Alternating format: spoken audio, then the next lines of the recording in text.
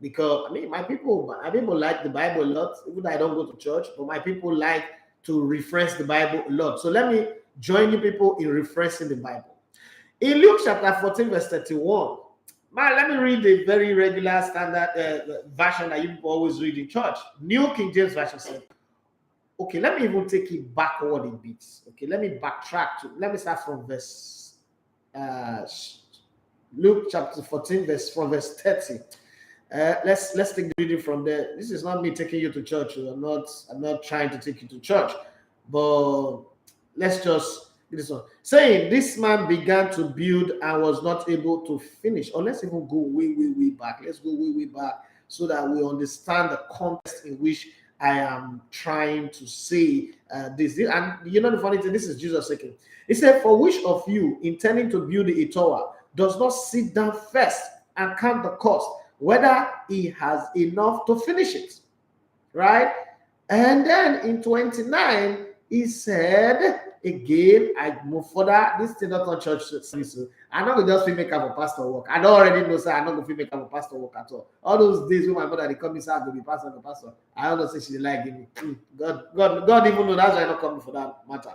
He said, lest after he has laid the foundation and is not able to finish, all who see it begin to mock him. Oh yeah. Holy Spirit, this is a place where you're supposed to take me now. I'll just do that thing that pastors they do. Oh God, Holy Spirit, you don't even do like that yourself. And I'm saying, this man began to build and was not able to finish. And then let's go to the war side, the part of war. Because war is involved in this conversation. He said, or what king, that night, in today's world, related to president, Jesus' time, they don't get king. They don't get president, they only get king. Everywhere, king. But that time, democracy never did. Before they bring in president, come. So, or what king or president going to make war against another king or country does not sit down first and consider whether he is able with 10,000 men to meet him who comes against him with 20,000? Do you see that? Right? Okay. Now, I'm coming. I will wrap this thing together very soon. You would understand. Or else, while the other is still a great way off, he sends a delegation and asks conditions of peace. Now, let's bring this matter. Let's wrap this matter up.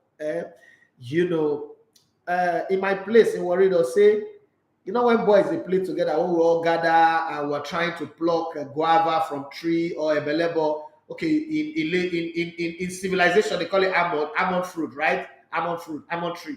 But now belebo we call it Warri, so let's stick with the belebo or mango. But the tree is very or pear, avocado. And there's always that guy. There's always that osas, or there's always that one person that behave like when the mother was pregnant, she eats too much monkey that can climb tree anyhow. Now, if Osas climb up, or if you get seed, climb up, and then somewhere in the middle of climbing, that's how I know if you climb again. That's stone that will take break your head. So I know if you climb, I ground for the talker. Not when you don't reach up. You're going to say, I know if you climb, but I know if you climb. Hey, Sam Soja, I see you. Now, what I'm saying this is, why would a Zelensky, the clown, choose to go to war, hoping that NATO and the rest of the world would fight on their side? What is his plan? To go slap army man for front of barracks and hope that human rights activists will come rescue him? I don't understand. I'm not understanding. And it's obvious that Russia really is not in the mood to fight, like really blow up everything, because it's also too close to them. But one of those things that you look at in this situation is, at times you just look at Zelensky and say, look, make the call, bury your pride, make the call, and sue for peace. But then I don't understand, and let's bring it to football. I don't understand how British government are so overzealous. Samsung government, why our government is so overzealous about this matter? Ban this, do this one, do that one. Chelsea Football Club not be Russian club. Oh. Chelsea Football Club, not English club. And this club have been here long before Putin was born, before Abramovich was born, before that one we get far fed ahead. Boris Johnson. Where do I like Boris was born? No wonder they call her Boris. All of us. So I don't think, I don't know. I just don't get it. But I think it is way out of place to just put that club in a place where they're feeling unstable, because the players in their own dressing room will be feeling, wait, even if we qualify for Champions League, are we really going to be playing next season? This one look like we're going to, our career is going to end. Are we going to be? Now the club can't even negotiate for renewal of players' contract. By the time this whole thing blows away, we get to May, most of the players have become free agents. Chelsea starts afresh again. They just might not be there. Any new owner, also prospective new owner, is thinking, what am I going to go and buy this club? I'm going to go and buy trouble for myself. I'm not interested anymore. So those are some of the things that when you look at the club, you just say yourself, the danger ahead is way too much for anybody to understand. But hey, it is like I always say one thing, humanity will always prevail. Things will sort themselves out. All of these people will sort themselves out last. My own is, as much as I don't want to see people die in Ukraine, I'm not one of those who I stand with Ukraine kind of person. Because when Israel attacked Palestine, nobody stands with Palestine. When America attacked Libya, Iraq, Afghanistan, nobody stands with those people. This is not the time. Everybody have always stood with the people that are attacking other people. Why at this time we're standing against the attacker? No, because it's the war that we created. We created a war where America aggressively attacked a sovereign nation. People stood with America. America aggressively attacked Afghanistan and wrecked the country for 20 years. People stand with America. America attacked a sovereign nation, Libya, and took out their president and made him die like Iraq. They stood with America. So it's the status quo. I'm just following the status quo. So for those of you who are angry and getting pissed off that I'm standing with America, standing with Russia, hey, go shit on your face. I don't owe you an apology. I'm not going to owe you an apology for that one. But let's come back to football. It was nice. The Arsenal won. Today that I'm wearing Arsenal jersey now, Roland, Ibriton will not be here. But God will see it through. Yesterday evening, Arsenal won. And what makes it good was because Manchester United had won. Cristiano Ronaldo had made me eat humble pie by scoring a hat-trick. And it was nice. Okay. Last week also, the interview with Austin Iguavon, first part of it came out on Friday, and then the second part came out on Sunday, 1 p.m., and the third part is going to come out on Tuesday, and then the fourth part is going to come out on Thursday, and then the fifth part is going to come out on Saturday, and then the full interview will come out on Monday. And people will be sending me messages, why is the full part not out? Why is the full part not out? Go back again to my channel and see. I've always done interview and put out the full part, 1 hour. And you guys send me message that it's too long. Sometimes it's tiring. The data I was spending is too much. Break it in pieces so that we take our time to watch it anytime we like, small pieces. Now I'm breaking it in pieces. You guys are complaining again. What's the problem? People like stop money. What's the problem? Well, I'm too happy the money to be angry. I'm not going to be angry. I'm very happy to see this money. Yes. Javi, thumbs up to Javi. He gets my thumbs up for that. Ateta, you get my thumbs up. But I pray you make the Champions League. That's when the thumbs up will be complete. But so far, you've done well. I can't remember the last time an Arsenal coach won 9 in 11, losing only 1. So I'm very, very happy with that one. I also thumbs up to Cristiano Ronaldo. People are criticizing too much, but he deserves that thumbs up. So let me give it to him as best as I can. So that people know that when he does well, I also praise him. And thumbs up to the entire Paris Saint-Germain team. Thanks to the fans who booed them. Forget whether you beat Bordeaux 3-0, I don't care.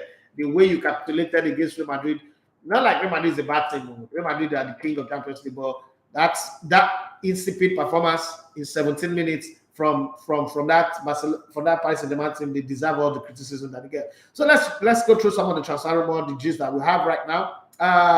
Sepmanik says Ridesa is my own Niger player for this week, and Osimhen for me it's Osimhen. Anyway, Aston Villa, Osimhen banging 2 goals. It's my player of the week, and now it's not a photographer. I sent him a message. That's how I employ him now.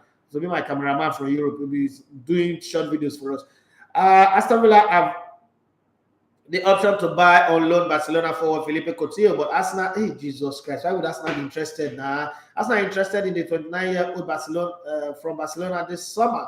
Erling Braut Haaland priority. Somebody have a question about this guy. I'll answer it. This summer is a move to Spain with Real Madrid or Barcelona. Despite report claiming the 21-year-old Norway and Borussia Dortmund striker has a deal in place to join Manchester City. Barcelona president Joan Laporta says they would not sign Borussia Dortmund Erling Braut Haaland this summer. If the transfer risk putting the club in financial danger, okay, if the transfer risk putting them in danger, they are not going to be interested. Osimhen no sabi operate that camera way them give him. Why do you say so? Why? Do you know him? You might think it's a joke now, but the question is, what is so hard in operating the camera? What's so hard? I'll say the things you don't know, say things that you can back up. Barcelona are keen to sign on loan Spain winger Adama Traore. Okay, I'm going to take that club away. 26 on a permanent deal from Wolves in the summer and could offer Spanish midfielder Riqui Puig 22 as part of the deal. He came off the bench yesterday and scored a fourth goal. Beautiful goal anyway. Perfect control, dribble pass. The goalkeeper took his time, ran around and got that goal. It was beautiful. Let me go to the caller. Hello, good morning. Good morning. Yeah, good morning to you. Yes, sir. Okay, shall we talk to us? I'm happy to chat this morning because I'm really happy with that goal. And for the papa, I want to go. I don't think that it's something not the first step, it's not just like go now. So if you go back to the family, I don't think anymore. Go. All right, thank you very much for that. Said that Lukaku should go. Lukaku, pack your load and go. According to Sean from Opik, he should join Roman Abramovich and leave. He should go to Inter Milan. We don't want him anymore. But when I said this at the beginning of the season, you people were throwing stone at me like my name was Steven. Well, we now see the truth. Lukaku, I've always said it's not good for you guys. Chelsea Spain defender Cesar Azpilicueta, who has been linked with Barcelona, is not free to leave this summer when his deal was set to run out because a renewal clause in his 2-year-old contract has been triggered. Oh, sorry, Barcelona. You're looking for a free player. You ain't going to get that one. The Chelsea people are saving themselves while they can. Okay? You say Dranima will hang on to a blade of grass, and that's exactly what they're doing. And I won't blame them. I mean, for now, I stand with Chelsea anyway. Sky from Manchester United, Liverpool, and Newcastle have been watching Bayern Leverkusen's 18-year-old German midfielder Florian Wirtz, but he has suffered a serious injury that will keep him out for the rest of the season. Sorry, dear. Sorry. That's how my career ended. Okay, Argentina winger Angel Di Maria, 33, wants to leave Paris Saint-Germain this summer and could make a return to Benfica, his old club, where he left to join Real Madrid. Coach Mauricio Pochettino and France striker Kylian Mbappe, 23, are set to lead the high-profile exit. Why are they calling Mauricio Pochettino high-profile, by the way? Exit from Paris Saint-Germain this summer. Zinedine Zidane has been tipped to replace Mauricio Pochettino as PSG coach and is looking at making signings from former club Real Madrid, including 30-year-old Brazil midfielder Casemiro. Come and buy Wilfred Ndidi, okay? Come and buy Wilfred Ndidi. That's a good player that can do better than Casemiro, as far as I'm concerned. Chilean midfielder Arturo Vidal, 34, looks set to leave Inter Milan this summer, with Flamengo interested in taking him back to South America. May God bless the kind of agent that works for people like Arturo Vidal. God will bless your agent. Juventus are willing to sell France midfielder Adrien Rabiot, 26, this summer. Okay, when Arsenal needed the people, no one said.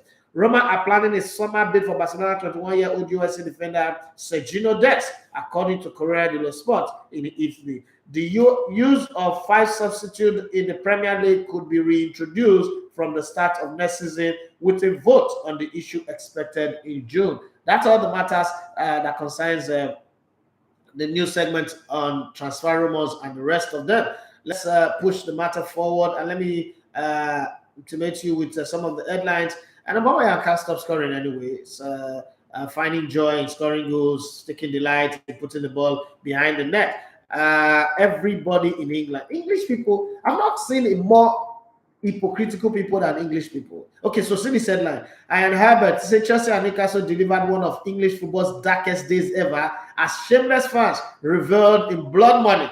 For them, the horrors of Kharkiv and Riyadh don't matter. What are you guys saying? These people, your government collect tax of this money. You people just choose to blame the weak. You don't know anything. You just choose to blame the weak. And then Tom Brady is coming back. Yes. He said, oh, he just realized that his life is still on the field. Retirement is not for him. He wants to come back. And, Jesus Christ, Tom Brady, you cheat. As far as I'm concerned. Because somebody bought that ball, that last throw that led to that winning touchdown. Somebody bought it for $500,000. Now you're coming back. It means that that's not going to be signed again as the last ball you threw. Meaning the ball doesn't have. Tom Brady has to pay back that money. As far as I'm concerned, I don't care. He's 43, but he should pay that money. After all, he make a lot of money. You can sign a contract that gave him a lot of money. Tom Brady, you need to refund that man's money. As far as I'm concerned, that's my own. Tampa Bay Buccaneers player. Go and refund that money. It doesn't make sense. 1 minute you retire, the next minute you are changing your mind. And the fans of Paris Saint-Germain are saying, Nasser Al-Khalifa, it's time for you to resign. Get out of our club. You're not doing well. Okay. And there's a story. We understand their hate and screams. Lionel Messi and Neymar were affected by PSG fans' boo amid Mauricio Pochettino and Presnel Kimpembe, as boss says, the whole club is sad about their latest Champions League flop. You are a flop as a coach, so I'm not surprised. And there was total frenzy on Twitter. Give thanks to Cristiano for this. Twitter goes wild with conspiracy theories in the wake of NFL legend Tom Brady's career U-turn. Just hours after watching from the stand, as the 7-year-old Ronaldo scored a hat-trick for Manchester United against Spurs. But I don't agree with that anyway. That's just people trying to create a storm where there is not. I don't agree with that at all. You know, when you go to stadium, one of the things that I've noticed with stadium is Stepanik say Messi no dey play shishi for PSG. He's supposed to remain in Barcelona. He's supposed to retire, in my opinion. I like Messi. I'm a dire fan of Messi, but I think that Messi should have retired. Messi should have retired. And then who's looking forward to the Formula One season like I am? I'm crazily looking forward to it. But let me go to WhatsApp and read some messages. There's a long one from Instagram DM down to here, so I need to take this one. This one is coming from Olaneri Ogbari. Okay, he said, "Hi, David, thanks a lot for what you do, especially how much education you give us football-loving Nigerians on the game. I have 2 questions for you, sir. Maybe you could address on the morning sports buffet. I catch the show late in the day because of the time difference stuff. I can't send in my question live. You had a couple of weeks ago rightly said that African countries don't have a recognizable style of play because of the influence of diverse foreign coaches in our national team. So I'd like to ask, with your wealth of experience with the Nigerian Football League over the years, what style of play or ideology do you think is best suitable for us as a football nation? If that's the first question. Any type of football ideology is good. Okay, so the way countries build football philosophies is they do what they call a spread. What's the spread? So the at the center, at the national center, and I've alluded to that in this interview that I had with him. You guys have got to be patient to get to that point. Okay, what you do is you tell all your centers, your different centers, to play a particular style, and style of play is largely dependent on the kind of players you have. If you have good wingers, you play 4-4-2. Formation that's in 4-4-2, 4-3-3, 4-5-1, blah blah blah, does not really count. It is the players you have and then the mentality you infuse in them. But then the style of play, the only way to build a style of play is you start pretty early from youth level. You know, in Nigeria, the club side don't have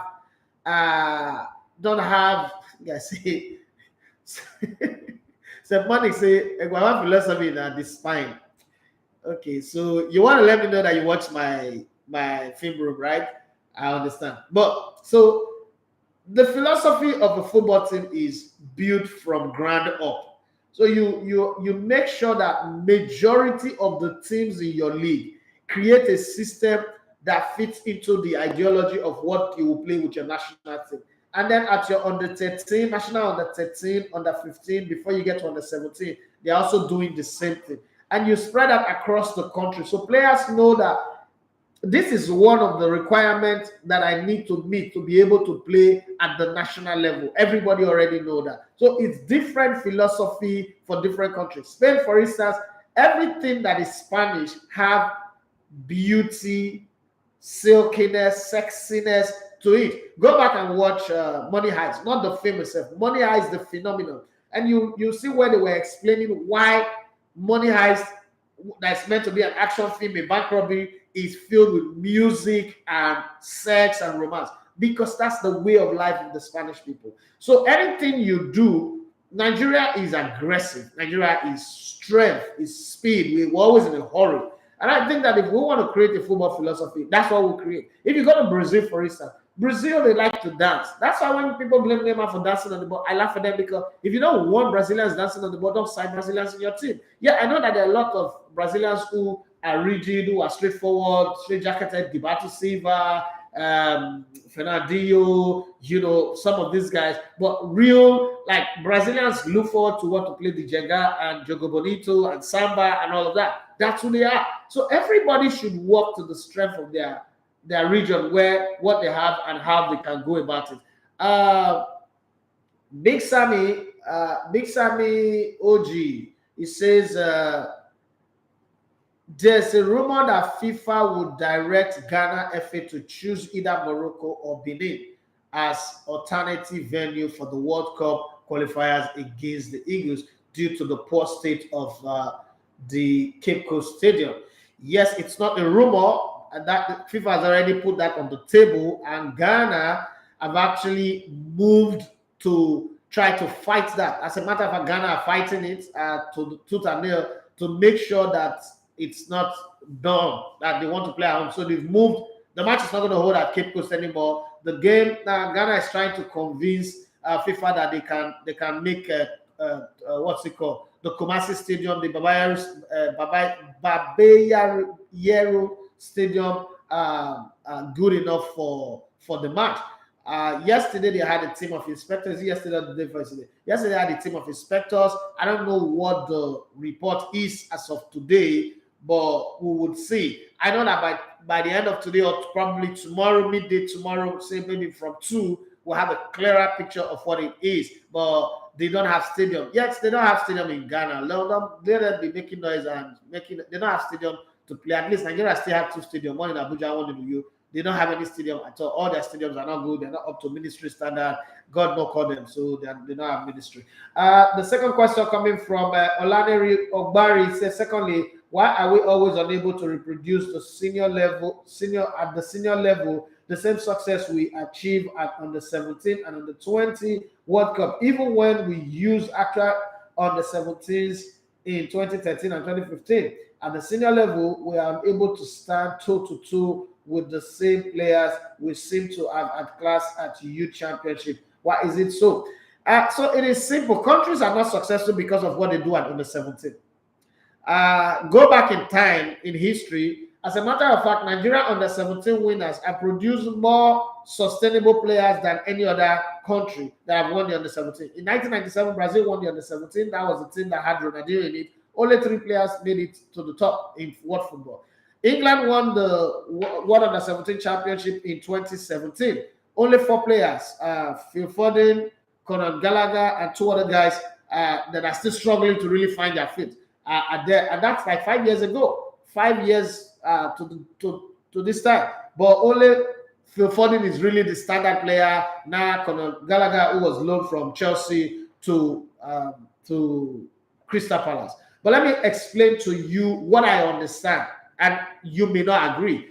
But you see, most European countries, at the time they are going to under 17 World Cup, all their players have already signed up for clubs. They are already in the youth team of Arsenal, Chelsea, Crystal Palace, Tottenham Hotspur, Manchester United, and the rest of them. They understand the big club environment. They already have all of that going for them. The Nigerian players are players that are taken from box to balls, one academy here, one academy there. When they come back, they are supposed to be, some of them as majorly last borns in their family. As soon as they go to that under 17 and come back and win the under 17 World Cup, they become more breadwinners. They go from playing in academy to even become more popular than the academy that they play for. The coach begins to look up to them. They go from regular footballer, regular upcoming young kids. That's 3 weeks or that's 3 months away from the club. I mean, I'm adding the camping exercise now to winning the World Cup and coming back. They go from small boy to senior man. Hence, most of our footballers are called senior man. Look carefully. You notice our players are always called senior man, senior man, senior man. That's where it comes from. The players no longer have focus. He can't come back and train again. He sits at home and is waiting for an agent to get him a deal. Remember, the Under-17 World Cup always holds in August. So by the time they come back from the World Cup, the transfer window is 1 week left. And then they'll come back, they need to see president, especially when they win. They need to see president. Some of them need to see their state governors, different movement. No agent can instantly make it happen because they still need to sign consent paper from their parents. Nobody knew they were going to win, so all of those consent papers are not available. So they need to start running around trying to get all of that. By the time they get those paperwork, transfer window have closed. Then they now wait for January. In January, it becomes another merry-go-round. The clubs that are available, remember, their players also went for the Under-17 World Cup. So they are not really in a hurry to sign the African players and put them in their team are the exceptional players with special talent. Hence, if you look, ever since we've been going to Under-17, only the ones with special talent. Not meaning that the other ones are not good, but only those players with special talent gets to sign. Jonathan Kobore from 1985, Wisnoroma, Kano Wako, Karibo Jigu. And then some of these players, once they sign as an African, and I can tell you that from personal experience, as an African, as a black player going to Europe, the clubs are not signing you to come and develop you. They're signing you to come and perform immediately. They can give you a 3 to 6 week settling period. Once you don't settle in, you are all in trouble. So those are some of the things that's affecting the people. I've heard people say it's age cheating, age catch up with us. No, it's not age catching up with us. It's the fact that we don't have a league that absorbs our players when they come back from Under-17. Every other country, look at when Isco and Co. They went on to the Under-17 World Cup for Spain. I think 2000 and what was that, sir? And then they came back. They went to the Under-20 World Cup and won it. They didn't come back and they are looking to go sign for a club outside of France. When Pongole for France won it in 2001, it's just only 2 or 3 of their players that went abroad. The rest stayed in France. The same way Thierry Henry was in 97 and 98, he was already winning the World Cup. Okay, Michael 97 as well. If you look at that, it's because they already have a system that absorbs it. For us, you're going from street football to now trying to get the right agent, the right people that will take you to Europe. Football is not as easy as it is. It's just that the average Nigerian football follower and fan try to think that the rules that govern football is different from the rules that govern all of us. It's just the same thing as I can ask you now. Why is it easy for people to go to school abroad and come out and immediately get a job in the field of their practice or their training? But in Nigeria, when you go to school, graduate and come out, you can be a person who study banking and finance in school and get a 2-1, and you come out and you be selling power bank in front of the bank. Bank, but is that the kind of bank you're supposed to be on? Those are some of the things you need to understand. You can study engineering and then you'll be working at a pure water company. As somebody, water engineering, I don't know what engineering you do. So it's the same way it works with all other walks of life. That's the same way it works with football. Football is not isolated from all of the things that happen in Nigeria. The same way those people already have. So look at my children now. As we're building this company, as this company is growing and growing, it will be big, it will have space. And every day on my DM, I get posts sending message, I'm available, can you employ me? And I say I don't have employment. If my children or the children of Precious or these guys who work here, if they go to school and they graduate, they will not need to write application here. The hardest thing I can do to them is you have to start from bottom. Okay, start from maybe front desk, janitor, or grow and understand the company. Be an errand person, but there's a job available for them. That's how it is for the European players. There is already a job, a club available for them. They don't have to deal with that headache of which agent I'll sign for, which club will take me, which greedy agent wants to use me and dump me. All of those things is already eliminated. I don't know if you understand, my brother Olaneri Obari. And then let me tell you another part to this conversation that you may not be open to. European clubs, when they sign you, they don't like you going to play for your national team. When you make it clear that your national team is your priority, they find a way to bench you, change the position. Look at almost all African players that go to Europe. Haven't you noticed that if you are a shining star at Under-17 and you sign for European club, the first thing they do is they do position displacement. They change you. If you're a top striker, they make you play wide. And if you don't fit in there, it's because you're not good. If you are an attacking midfielder, they take you to go play defensive midfield. If you can't play there, then it means you're not good. What they are doing, and I've said this on this show before, Europeans don't want Africans to develop their players and be that good, because once you become that good, then there's a problem. It's a competition for them, and they will struggle. So they always want to make sure that the best of African players are found out to play in the wrong places, and then you start that yourself. Come on, think about it. You're on the 17, you're 17, 18, 19, 20, 21, and you're already confused. Some people don't know how to take decisions for their life until they're like 40 or 45. So at that age, you're already being told, oh, all that thing you'll be playing since in Nigeria is rubbish. And you don't want to know what coaches. If you've read on the Ulysses book, you will understand what the first two coaches he met in Belgium kept saying to him, Victor Kweba, and even Aloyagu. So it's not as easy as you people think. And you know, they will isolate you. Black players stay on this side and they talk to you differently from her. When they win, is the team and the coach tactics that have won. When they lose, it's the black players in the team that's responsible for them losing. So it's not easy as you think. Okay? And to say because we succeeded in under 17 is a given that we must succeed at the senior level, it's not really true. It's not really true. And let's get the idea. It's not just about age cheating. We can carry 14 years old players to the World Cup, win the World Cup, we will still face the same problem. What will make you succeed in football, first of all, is for your country to have a good league. Knowing that when you go to play for national team at under 17, you're coming back to play for the AEBAS, and this one you'll be paying your salary well, your safety, your insurance, everything is taken care of. Then you can play football with happiness. Now when you come back, you can't carry 23 players to under 17. Let's be very honest here. And all 23 will go and sign in Europe. Now juju they use. Not only they play the ball. Not only our country they play the ball. Not be juju that. But I hope I've answered your question anyway. Let me go to my people on. I don't know why Step Money the laugh loud they figure this morning. Now Monday morning with this, so not go do bad thing. Step Money said me. I study biochemistry, but I did bake cake. Not that you go put chemical inside our science student. And they, you know, haven't you noticed that abroad in the US, you go to school study biochemistry like this. Now there is a lab where you go and work, where you do great things, where you improve people's life. You look for solutions. Where the whole world, they look for cure for COVID, what were we doing? Prick enlargement. To have to last in bed for 45 hours. Have to stay. That's what we do. That be the same science we study. Why you not ask the question, say, why is it that people, look, outside this country, outside Nigeria, a PhD gives you the platform to even collect grants and do research and solve problems. Nigerian PhD is just title. So that in church, or in gathering, when you go to an event, they will introduce you and put doctor to your name.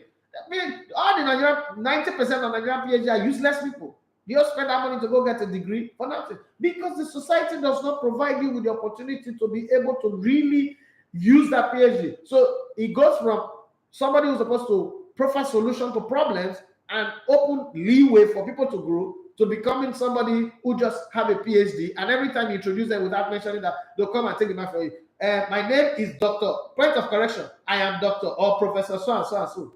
That's where it ends. That's where it ends. Sorry.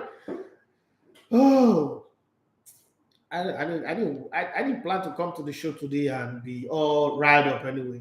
But I just needed to say that. Okay, let me go to my YouTube family. Wonderful guys.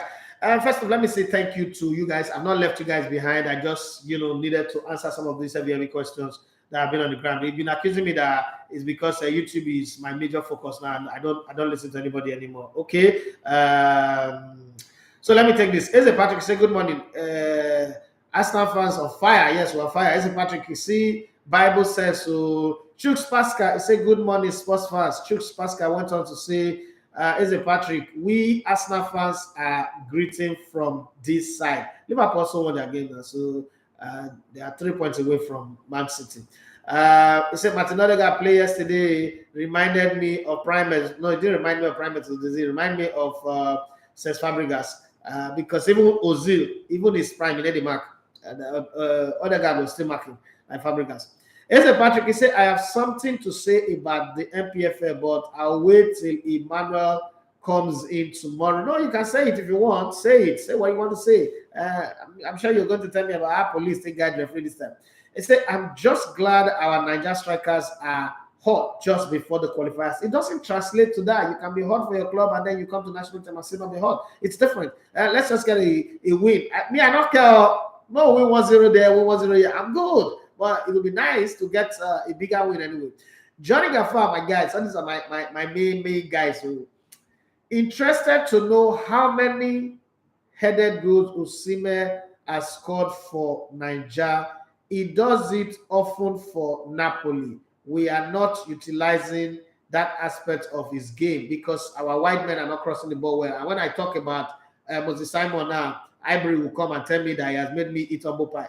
They are not crossing the ball well. To score headed goal is all you need is a good cross of the ball. Who knows how to deliver the ball well? But I'm not in the mood to talk to you. Today is Monday, please. I want to start my week in peace. I have meetings lined up. I have a lot of things. I have production. I have traveling plans for this Ghana-Nigerian game. We booked flight for Ghana last week. We had to cancel it. Now we're paying penalties for money that we don't even have. Africa hard. Nothing you want to do for this Africa we no hard. Very simple, basic things go hard.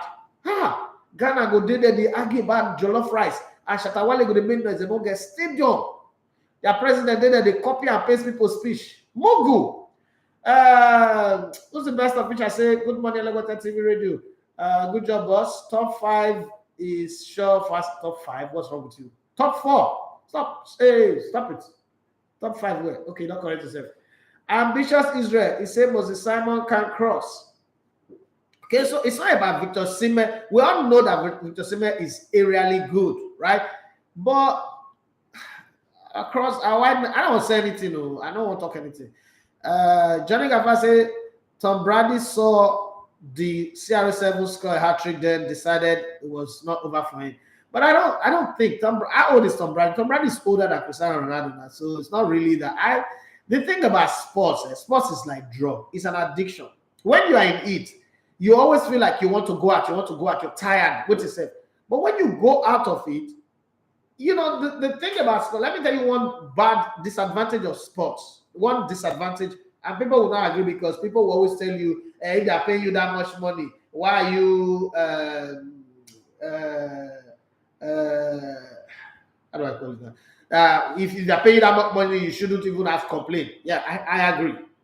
The money in sports is big.